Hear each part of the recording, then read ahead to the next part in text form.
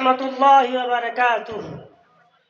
نحمده ونصلي على رسوله الكريم. أما بعد، فأعوذ بالله من الشيطان الرجيم.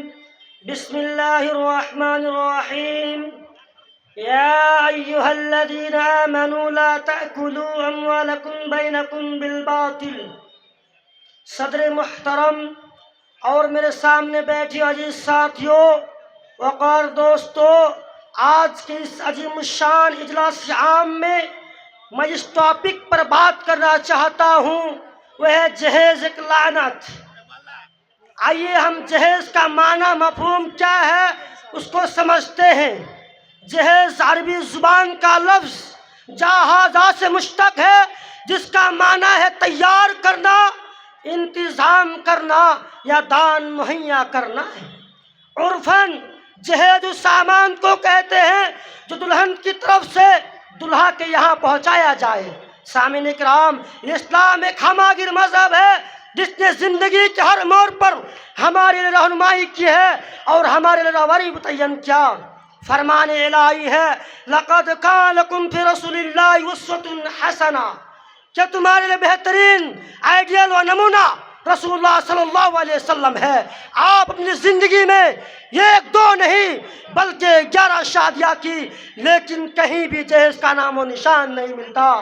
مگر افسوس، آج ہم غیروں کی تہذیب و ثقافت، عادات و اطوار کو اپنا کر نکاح میں جہیز جیسی لعنت کا مطالبہ کرتے ہیں۔ فرمان نبوی ہے، من تشبہ بقوم فہو منہم، جس نے کسی قوم کی مشابہت اختیار کی وہ انہی میں سے ہے۔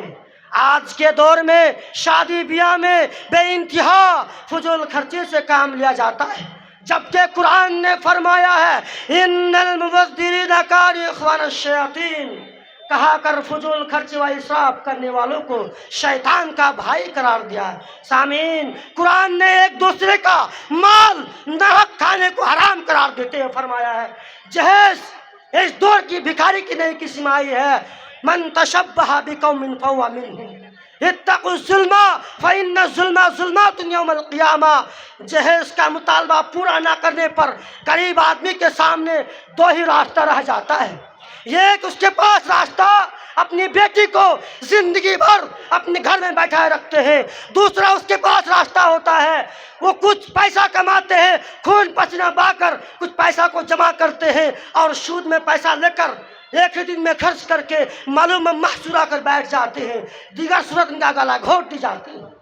وَإِذَا الْمَوْءُودَةُ سُئِلَتْ بِأَيِّ ذَنبٍ قُتِلَتْ، اسی جہیز کی وجہ سے کنواری لڑکی گھروں میں بیٹھی بیٹھی اختناق الرحم، جنون، مرگی اور برسان سے مہلک امراض کا شکار ہو جاتے ہیں۔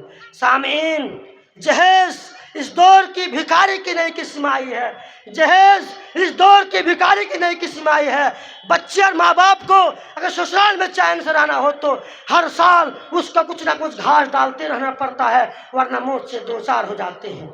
اللہ کے رسول صلی اللہ علیہ وسلم نے فرمایا، یا معاشر الشباب من استطاع منکم الباءۃ فلیتزوج، جس نوجوان کے اندر دو چیز کی طاقت نہ ہو اسے چاہیے کہ شادی نہ کرے۔ نمبر 1، اپنی بیوی کو کھلانے پلانے کی ذمہ داری کو سنبھال سکے، دوسرا اس کے پاس اپنی بیوی کی خواہشات کو پورا کرے۔ اگر آپ کے پاس دو چیزوں کی طاقت نہ ہو تو آپ کو شادی نہیں کرنا ہے، بلکہ آپ کی اس جگہ پر آپ کو روزہ رکھنا پڑے گا۔ کسی شاعر نے کیا ہی خوب کہا ہے، اب آیا خیال یارا مجاز نا مرادی میں، اب آیا خیال یارا مجاز نا مرادی میں، کفن دینا تجھے بھولے تھے اسباب شادی میں۔ خلاصہ کلام، جہیز ہمارے معاشرے میں عام ہوتے جا رہا ہے اور جہیز کو روکنے کا کام ہم اور آپ کو کرنا ہے، نہیں تو ویسا ہی ہوگا جیسے کہ کل قیامت کے دن آپ سے سوال کیا جائے گا۔ آپ کے گھر میں جہیز کی تمنا کرتے تھے، جہیز لیتے تھے، آپ منع نہیں کرتے تھے، آپ سے سوال کیا جائے گا، آپ سوال میں پھنس جائیں گے۔ میرے پیارے بھائیوں، میں یہی سے اپنی باتوں کو اختتام کرنا چاہتا ہوں۔ وَمَا عَلَيْنَا إِلَّا الْبَلَاغُ وَعَلَيْكُمْ الْحِسَابُ۔ السلام علیکم ورحمۃ اللہ وبرکاتہ۔